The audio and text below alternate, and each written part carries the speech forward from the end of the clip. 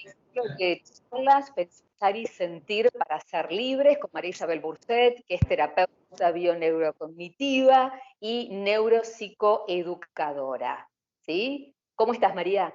Hola, Ale, ¿cómo estás? Te tengo que presentar a vos también. Alejandra Cugliari, una gran productora y aparte de una gran amiga y una locutora excepcional. Así que muchas gracias, Ale, por estar del otro lado. No, gracias a vos por esta oportunidad de poder compartir con toda la gente que te sigue desde hace muchísimos años, esta posibilidad de poder acercar cada vez más conocimiento, ¿no? Y eso me parece que tiene que ver mucho con el propósito de este ciclo de charlas que estamos iniciando. Y me parece que es interesante hablar del ego, porque es una palabra que no sabemos si es buena o mala. ¿Qué es el ego, María? Bueno, vamos a sacar un minutito de contexto el concepto del ego y nosotros intentamos todo el tiempo encuadrar personas, situaciones y objetos como buenos o malos. Entonces, me gustaría pensar en este momento que todo tiene una intención, después veremos qué tipo de intención, si nos trae unos resultados adecuados y saludables o no, o por lo contrario, nos perjudican. En el caso del ego, si nos remitimos a la etimología, ¿no? Al origen de la palabra en latín, significa yo. Entonces, el ego es un aspecto de la conciencia, es el aspecto más consciente de la persona que se conecta y se piensa a sí mismo.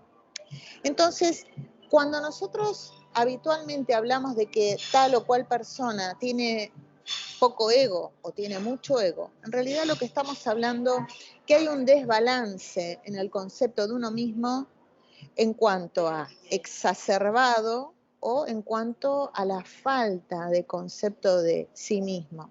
En el segundo caso, sucede que hay como una suerte de me diluyo en el otro, soy permeable, no tengo no solo un concepto de mí mismo, sino que soy maleable con respecto a mis propias opiniones, porque estoy todo el tiempo excusándome sobre lo que opino y soy una persona muy influenciable. Ese es en el segundo caso, ¿no?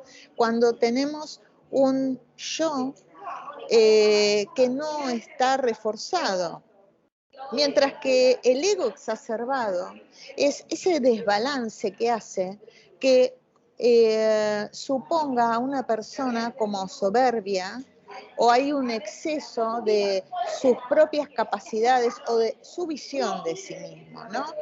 Entonces, el ego es esa construcción psíquica necesaria para poder experimentar nuestro concepto de nosotros mismos, pero como todo lo que experimentamos en la Tierra, debe ser reeducado, debe tener una conducción que sea ecológica, como me gusta hablar a mí, ¿no? Tiene que tener una ecología emocional, es decir, que no nos traiga consecuencias posteriores, ¿no? O sea, la línea es delgada, Alejandra, la línea es delgada. Exactamente, por eso, en base a lo que anteriormente, cuando a veces decimos de una persona que tiene mucho ego, cuando utilizamos esa frase, ¿a qué nos referimos realmente cuando una persona tiene mucho ego? ¿Es Que tiene, anteriormente? por lo general, hay en ese desbalance, lo que hace la mente, ya sea consciente o inconsciente, ¿no? Por lo general, la mayoría de nuestras conductas son inconscientes, son veladas para nosotros, ¿no? Es como ya tenemos conductas mecanizadas dentro de nuestro cerebro. Entonces, una persona que tiene un ego excesivo, estamos hablando de una persona que de algún modo está tratando de equiparar su falta de autoestima. Entonces, hace un exceso en sus muestras, sus capacidades, sus pertenencias, su belleza, sus posesiones, su cuenta bancaria, los objetos que puede adquirir, títulos, o sea, te diría que hay un abanico de formas de que el ego se manifiesta, una persona tiene un ego exacerbado, ¿no? Entonces también hay una palabra asociado con eso, que es la soberbia, ¿no? Que me encantaría distinguir entre soberbia y orgullo, ¿no? Porque a veces esos dos conceptos se los considera sinónimos cuando no lo son. Es cierto. El orgullo es la capacidad que tiene una persona de poder distinguir sus propios logros, sus propias capacidades y cómo ha hecho un recorrido y que pudo superar obstáculos más allá de los mensajes externos. La fuerza de voluntad hace que cuando nosotros atravesamos la inercia, atravesamos todos los mensajes del mundo que nos dicen que no podemos, no debemos, esa voz interna que nos impulsa con sabiduría a seguir nuestro propósito interno, hace que cuando nos acercamos a lograr ese propósito interno, nos sintamos orgullosos.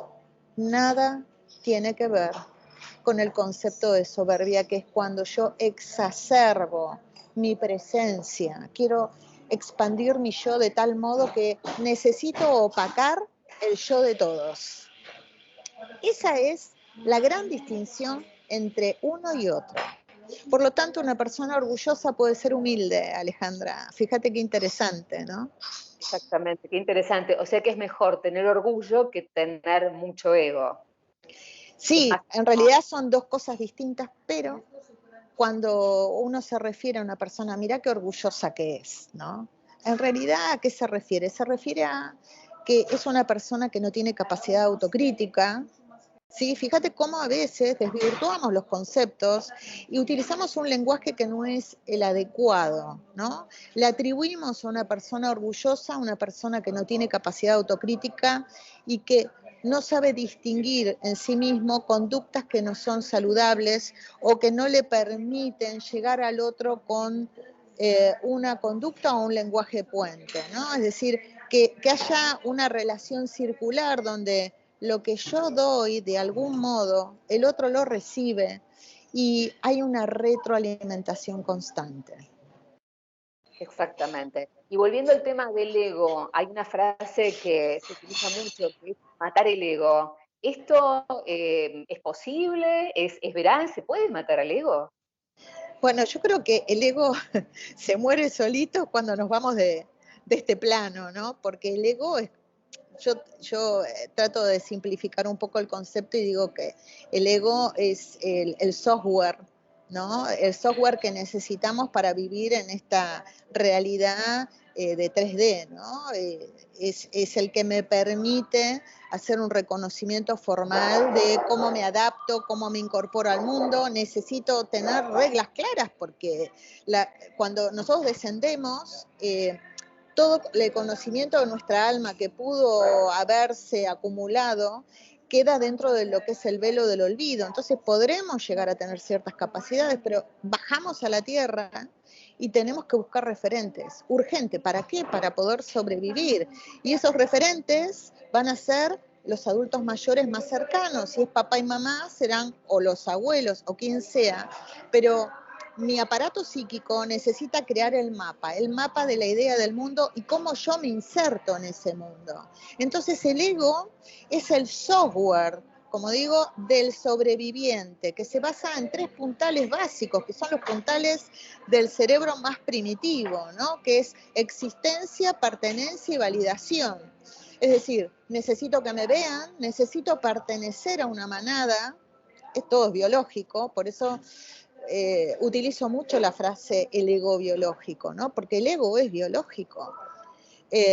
Y el tercer puntal es la validación. Necesito sentirme valioso o valiosa. Necesito sentir que los demás me ven valiosa, que mi existencia tiene un propósito. Por eso Eh, Sanar el ego biológico es trascenderlo, es comprender que eso lo tenemos todos, esos tres puntales, y que debemos encontrar ese balance que nos permita comprender que eso es solo el comienzo de nuestra existencia, pero que después tenemos que aprender a caminar en otros niveles donde haya lo que se denomina la trascendencia, trasciendo la necesidad que el otro me vea, de ser famosa, de ser importante, trasciendo la idea de pertenecer a determinado grupo o estatus.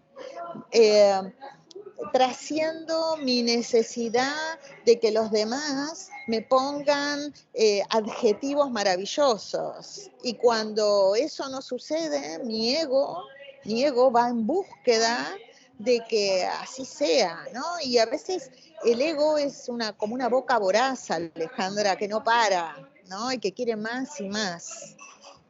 María Isabel, el ego biológico entonces estaría relacionado también a los primeros años de vida, ¿sí? A todo esto que vos decís que en un momento dijiste mamá y papá que necesitamos de ellos en las primeras etapas de la vida. Entonces quizás a lo mejor que no haya sido saludable esos primeros años, puede ser que haya o se desarrolle un chico con un ego biológico no saludable que luego al transformarse en un adulto pueda ser reeducable ese ego biológico. ¿Es así? Tal cual, qué buena pregunta, Ale. Sí, sí, sí, es así. A ver, no me gusta generalizar porque después hay matices, ¿no? Siempre hay matices, pero convengamos que todos tenemos alguna parte de sanar, porque convengamos que provenimos de padres que a medida que vamos para atrás en las generaciones, eran personas que estaban muy educadas, ¿no? Y hay que tener en cuenta también el contexto histórico y cultural, personas que están abocadas a casa, comida y educación y que sea importante el nene o la nena, ¿no? O que se case con alguien rico o alguien que mantenga cierto estatus. Entonces, imagínate Imagínate que los mensajes del mundo, ¿no? Los mensajes del mundo proliferan y eso hace que si en los primeros 3 años de vida recién el niño tiene conciencia del yo y empieza a distinguirse, empieza a ver la separación entre mamá y él, eso hace que los mensajes que haya recibido, tenés que ser importante para que te querramos o para que sintamos orgullo de vos, eso genera una presión enorme en ese chico que va a olvidarse por un momento el propósito que le dicte su corazón cuando sea adulto. Se va a olvidar, Alejandra. ¿Por qué?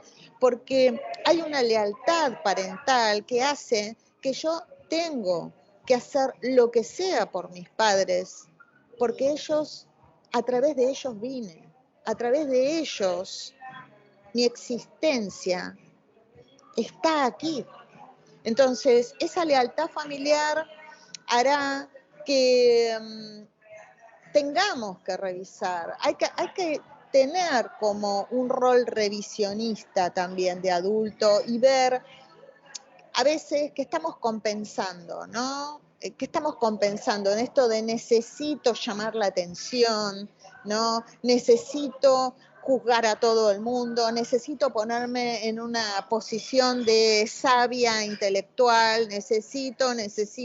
Bueno, todo eso son aspectos conductuales que es necesario limar, ¿sabes? Porque en definitiva eso no colabora para la comunicación y no colabora también para que descubramos quiénes somos, ¿no? A veces estamos ejerciendo un papel que no es tan genuino como creemos, ¿no? Claro. La primera validación de los padres, ¿no? Es un poco, creo, a lo cual te referías también, ¿no? Que esto de querer ser aceptados por alguien, la primera aceptación viene justamente de las personas de quienes nacemos, de nuestros padres, ¿no? Y cuánto puede llegar a influir a veces también en ese primer desarrollo del chico, ¿no? Del niño. Absolutamente, eso es esencial.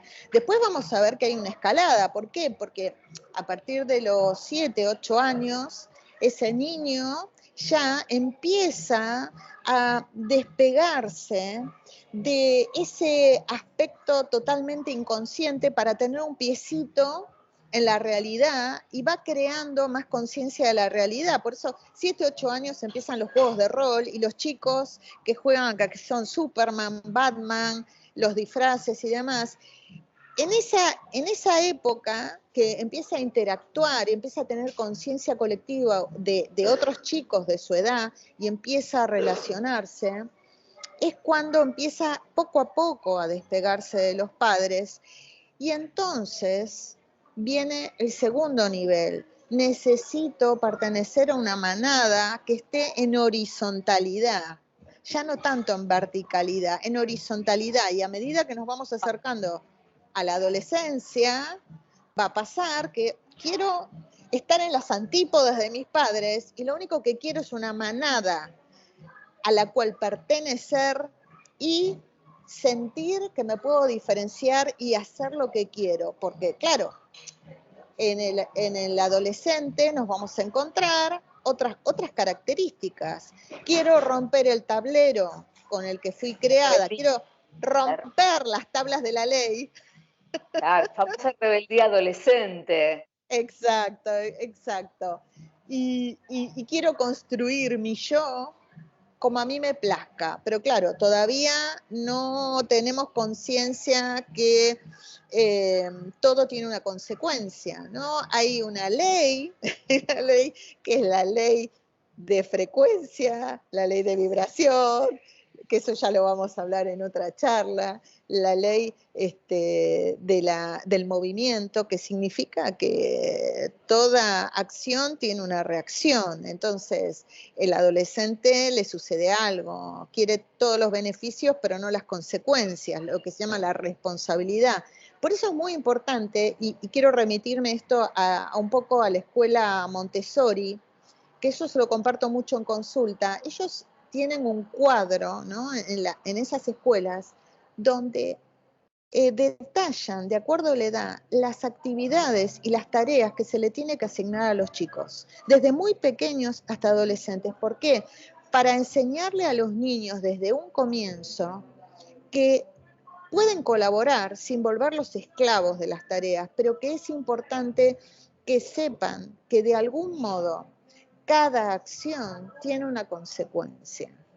Si los chicos no aprenden eso desde niños, van a ir por la vida pensando que todo es influido por el afuera y que ellos no tienen nada que ver en el asunto, ¿no? Tal cual. Te respondí, Tal cual. ¿no? Porque a veces... Sí, sí, sumamente interesante. Entonces recomendamos este cuadro que decías de la escuela Montessori, que nos Sí, enseña sí, un poco a los padres a ver cuáles son las acciones desde pequeños que ellos deberían empezar a cumplir para concientizar que detrás de cada acción hay una reacción, ¿no? Que si nos exacto. portamos mal, va a haber una reacción de parte de los padres y en los adolescentes también, sobre todo que están a veces en plena etapa de rebeldía. Sí, sí, que a veces esa rebeldía, entendámosla, que es necesaria. ¿Para qué? Para encontrar nuestro propia conciencia del yo, pero que tiene que también estar dosificada y moderada, porque si no nos convertimos en rebeldes teniendo 50 años y queriendo romper todas las estructuras, porque, a ver, una cosa es el adulto biológico y otra cosa es el adulto emocional. Entonces, a veces nos encontramos con adultos biológicos que de emocionales no tienen mucho, o solo pequeños aspectos que son necesarios, como por ejemplo, soy adulto biológico y soy adulto emocional en el trabajo, porque con el trabajo no se toca, pero quizás Claro. en el área pareja me comporto como un niño o niña, ¿no? Entonces, vamos a encontrar, hay Hay para muchas charlas, entretenerse, hay hay para muchas, pero entretenerse. como hoy el tema es el ego, la pregunta sería ahora, ¿se puede vivir sin ego? Mirá, con todo lo que antes te expresé, se deduce que no, porque mientras estemos aquí, ese ego es parte integrante de nuestro traductor simultáneo para insertarnos en la vida material, ¿no? En la materia. Lo que hay que hacer es sanarlo. Por eso es que yo trabajo mucho dentro de consulta y en las clases que doy en qué es necesario sanar y qué significa, ¿no? El concepto de sanar el ego biológico, es decir, no soy ni no me define mis títulos, no me define mi belleza, no me define la edad, no me define mis conocimientos, mi cuenta bancaria, no me define nada. Porque el ser en realidad experimenta la materia a través de distintos aspectos, pero ninguno de esos aspectos es el ser, solo que es el ser que se introduce en un aspecto y de esa forma experimenta su paso por este mundo. Mi ego sería mi yo, en realidad. Es la parte más consciente central del yo, del concepto que tengo de mí mismo y de ese programa que necesitamos para saber las reglas del mundo e insertarnos en él. Cuando esas reglas no son demasiado claras, porque como me preguntabas antes, las reglas que recibimos de nuestros padres son contradictorias, entonces el ego es permeable a tener algún tipo de exceso o algún tipo de carencia, ¿no? Que eso se debe ajustar siendo adulto. Por eso, a ver, no hay quien no tenga que ajustar algo y no pasa nada. A ver, si estamos acá para aprender, ¿no es cierto? Y además aprendemos siempre, constantemente, hasta el último minuto en que estemos en este plano. Tal cual, tal cual, tal cual. Una constelación planeante, María, y una constelación sanguínea. Bueno, mira, son términos que me gustaría, hablando del ego, contarte que la constelación es un aspecto psíquico que hace que entendamos la relación con uno mismo y con los demás como un circuito, como un círculo donde todo fluye. Pero ¿qué pasa cuando en ese círculo, ¿no? Donde está muy asociado con la respiración, con este contacto que estamos haciendo nosotras, yo te estoy transmitiendo algo, vos lo recepcionás, de algún modo te afecta, es indefectible eso, porque somos energía, entonces yo produzco un efecto en vos, vos recepcionás eso y de algún modo me envías esa recepción a mí y se genera esa constelación, ese flujo, esa exhalación constante, ese oxígeno necesario. Ahora, ¿qué sucede cuando ese oxígeno, que es la vitalidad, ese contacto vital con el otro, tiene algún exceso o algún fallo? Entonces ahí aparecen adjetivos, ¿no? Y ahí tenemos la constelación planeante. La constelación planeante, imagínate algo que planea, Claro. ¿no? Como su nombre lo indica, planea, tal cual. Planea. Y uno que se imagina. Yo me imagino, por ejemplo, un avioncito de papel que siempre está, que de vez en cuando cae, pero vuelve a subir, ¿sí? Bien. ¿Qué clase de persona estaría afectada por una constelación planeante? Bueno, vamos a encontrar que son esas personas que no se ven a sí mismos y que viven la vida a través de la mirada de los demás y que crean en su psiquis un mundo ideal y que lo ven todo maravilloso, feliz, ¿sí? Y que de algún modo se creen que están en un estado, y que me perdonen los maestros zen, pero que están en un estado zen, donde son pura paz, puro amor, ¿sí? A los afecta. ¿Eh? Los afecta. Exacto, ¿no? Yo recuerdo uno de mis profesores de formación, que no lo voy a nombrar por las dudas, pero que él hablaba mucho de las constelaciones y nos daba ejemplos, ¿no? De la constelación planeante. El constelador planeante o la persona que funciona así es aquella persona que no se conecta con la realidad, que tiende a no pisar los piecitos en la tierra. ¿Por qué? Porque la tierra es dura, porque significa que se tiene que hacer cargo de aspectos que no se quiere hacer cargo. Entonces nos vamos a encontrar esas personas que parece que van por la calle de puntillas, que van, ¿sabes?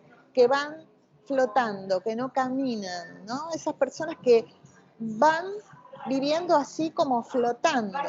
Y son esas personas que justamente creen que están en un aspecto más elevado y ven a todos desde un estado ideal, viendo a los demás de un modo donde los subestima y que los considera niños. Entonces, la persona que experimenta la constelación planeante tiene una lista que puede ser mediana o larga de aspectos de su vida que no quiere asumir porque los considera que son duros, y de eso se encarga el inconsciente, de disfrazarlo, disfrazarse de gurú o disfrazarse de superhéroe o superchica, y eso se traduce en una persona que en algún momento, si no asume esa realidad, va a vivir en esa constelación planeante hasta que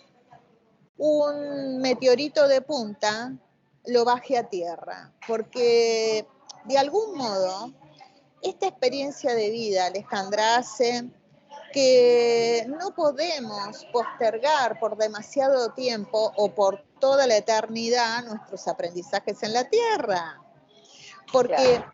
si yo no cojo la pelotita que cae de la montaña, esa pelotita, a medida que vaya rodando, se va a convertir en una gran bola que me va a tapar. Entonces, ¿Y una sanguínea? ¿Una bueno, constelación sanguínea? la sanguínea es lo opuesto a una planeante, es quien es excesivamente tierra. Y nos vamos a encontrar con personas que pareciera que el neurocognitivo, que es el que reflexiona, evalúa, se piensa a sí misma, tiene capacidad de autocrítica, sentido común, no se ha desarrollado de manera adecuada, por lo cual un sanguíneo es reactivo, es esa persona, y eso está muy asociado, fíjate, con la alimentación, la Ajá. carne, quien come mucha carne, ¿eh? Con eso no estoy diciendo que todos los carnívoros son de constelación sanguínea, sino entender que hay un exceso. Son las personas también que no solo son reactivas, sino que tienen puede ser un humor sarcástico, mordaz, y también llegando a un exceso, son las personas que tienen violencia verbal o que tienen una tendencia a golpear paredes, más allá de poder golpear a alguien, ¿sí? Pero en casos extremos tenemos una persona que es violenta, ¿no? Pero ser mordaz y tener humor negro, que hay mucha gente que se jacta de eso y dice, no, lo que pasa es que el mío es humor negro, eso es constelación sanguínea, está dentro de ese contexto, ¿por qué? Porque eso no busca entrar en un estado de moderación y de lenguaje puente. Lo que busca, de algún modo, es escondo mi violencia a través de mi lenguaje o te informo de algo que, disfrazándolo de humor, te lo estoy Claro. diciendo, ¿no? Eso, por ejemplo, Como el chiste hiriente, por ejemplo, ¿no? El chiste hiriente, a veces que algunas personas utilizan esto de la mordacidad a la cual vos hacías mención, María.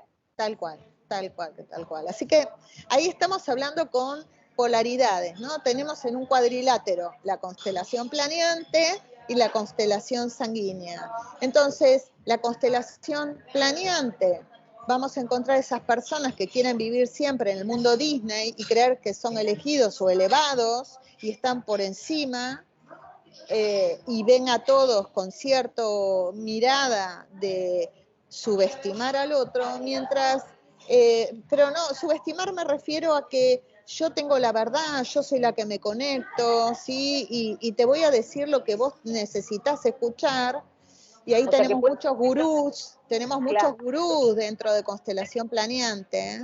exactamente ver en los demás lo que supuestamente ellos creen que el otro debería corregir, ¿no? Sin Exacto. poder tener una mirada introspectiva hacia ellos mismos.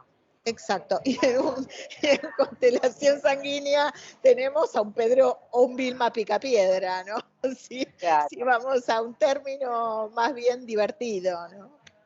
¿Y están relacionados los que tienen constelación sanguínea con el famoso cerebro arcaico, que también estaría bueno en alguna de las charlas hablar del famoso cerebro arcaico?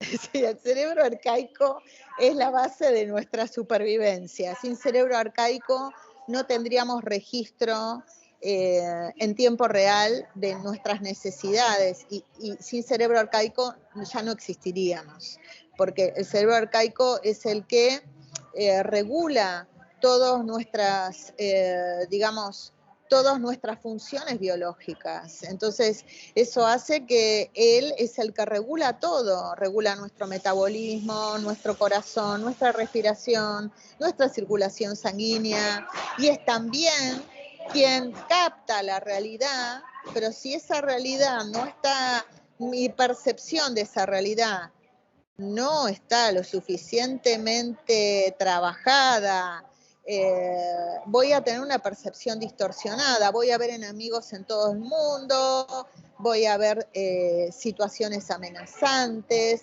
voy a estar muy a la defensiva o buscando pleitos. Entonces, eh, fíjate que aunque no quiero generalizar, podemos ver esos dos arquetipos, que en definitiva son arquetipos conductuales, ¿no? Lo, quizás el que escucha esta charla, y vos misma y yo, encontramos que hay un montón de personas con esas características. Claro, No sé, ¿qué te pasa a vos? Te pasa sí, también, sí, ¿no? tal cual, tanto de la constelación planeante como de la sanguínea, y algunos que tienen el cerebro arcaico como muy desarrollado o poco trabajado, ¿no? O sea que algunas funciones está bueno que el cerebro arcaico ahí sea primordial, pero que me parece que desde la parte del pensamiento debería estar un poquito más trabajado, quizás, ¿no?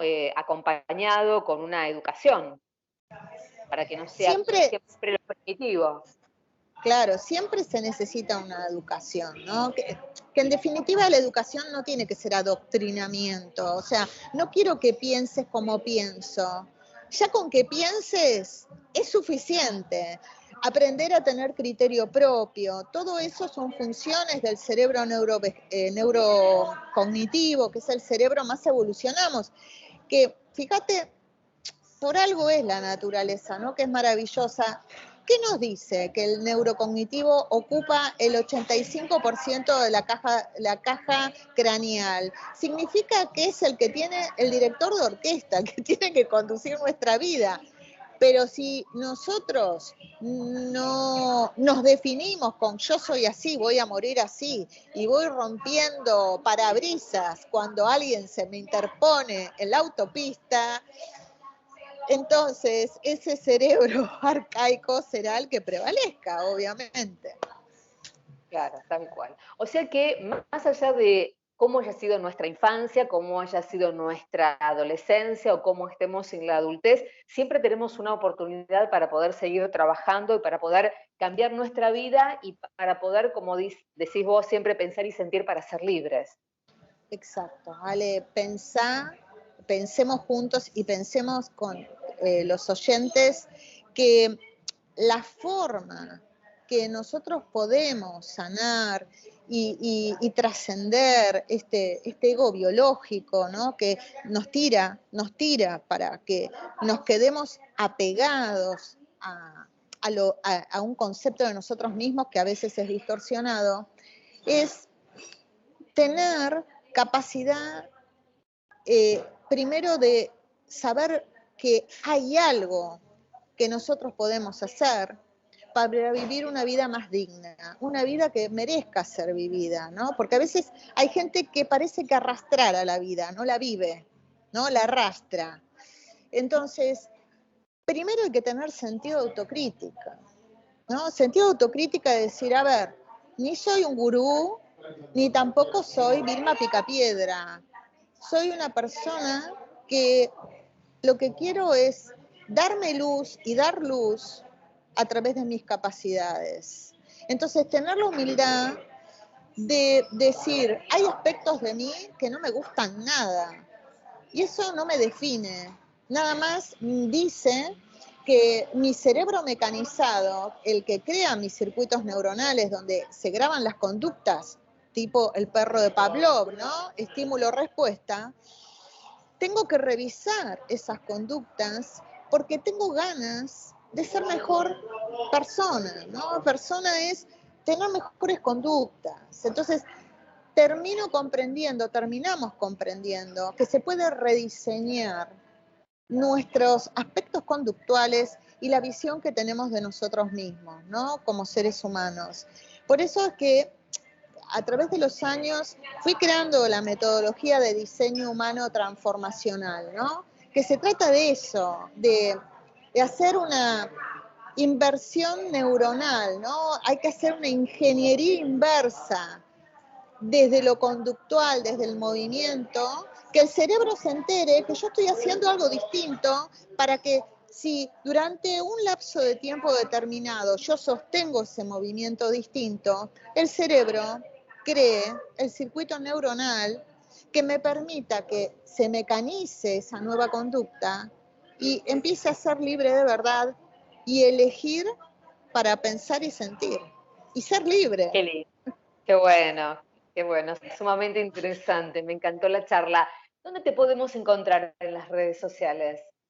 Bueno, a ver, hay varias páginas. Isa Burset, María Isabel Burset Comunidad.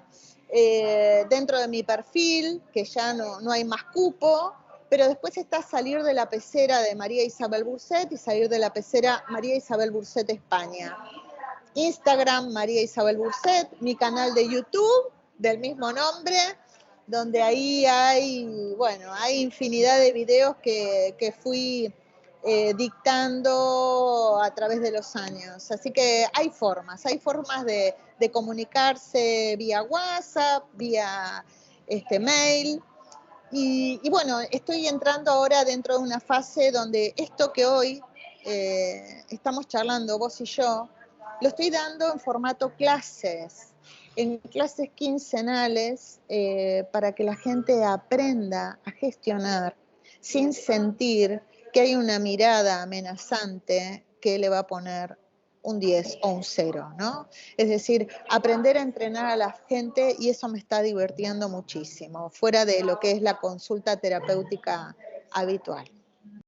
Bueno, entonces vamos a repetir estas charlas y ya tenemos los medios para poder contactarte, ya sabemos cómo seguirte y vamos a continuar con este ciclo de charlas para seguir pensando, para seguir aprendiendo, para poder llegar a ser libres también. Muchas gracias. Ale, muchas gracias a vos, encantadísima. Gracias. Nos encontramos muy prontito. Chao.